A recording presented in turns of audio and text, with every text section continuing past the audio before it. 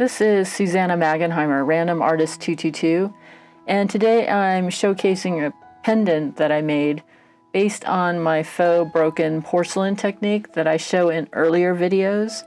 Right now I'm doing a close-up here of the final pendant, and I'll talk to you about it in 1 second here.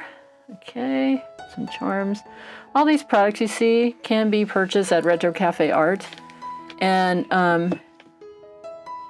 it all starts with the paper clay. And like I said, there are videos earlier where I show these techniques, so I'm not going to go into detail here. I just wanted to show you this.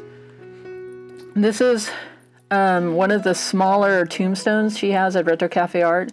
It's a wood veneer, so it's pretty thick. And I decided this time I was going to create a pendant using that same technique.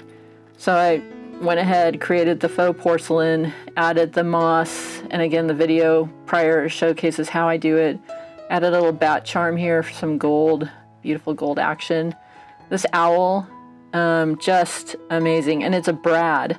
It's so realistic that I had to put it on the tombstone. And this hand here that you see, all creepy looking and everything, is actually from Retro Cafe Art, and what she did was create a custom set of mini hands for me, and they range from 1/2 inch to 1 inch, and as you can see here on the close-up, that's about 1 inch for that hand. And what I did in order to create this effect here is I just took, let me show you what the paste looks like. So I just took the paste, put a little bit on here on a toothpick, and just basically went along the fingers like so. Now you don't want to put like a super thin coat, you know, like you paint it on, because it won't create the bubbling action. You need a little bit of thickness, at least 1 millimeter of it. And an easy way to apply it to the fingers is doing it sideways and just dragging it from the toothpick onto the finger. So you can see here, that's how I did that. Okay.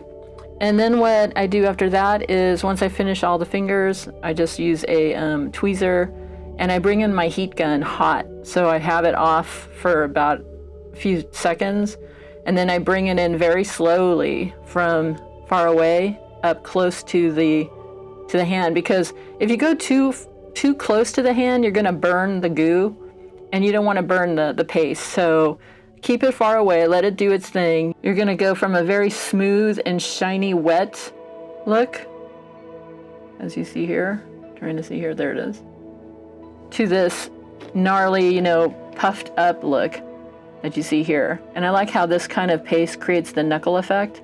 Not all what I call liquid appliques or the puff paste act the same way. I like how this one actually has some form to it as it's bubbling and creating the puff. So make sure you always close your jars so you keep your product as fresh as possible.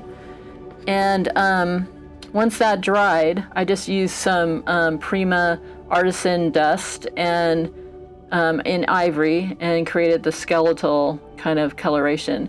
So I just wanted, like I said, to take a minute to show you this, that there's many things you can do with the porcelain technique.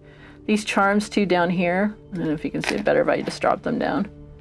These charms you see here, especially this one, I love this guy in the coffin. It's kind of like a Dia de los Muertos look, are from Retro Cafe Art. These other ones, these little gems and things, are just from my stash. But everything else you see here is Retro Cafe Art. And it's just a fun Halloween fall pendant. And easy to make. And this basically too, by the way, is just a clip. So you can have the dangles there if you want. You can take the dangles off if you want. So there you go. Thanks for watching. Please remember to subscribe and like, and have a great day.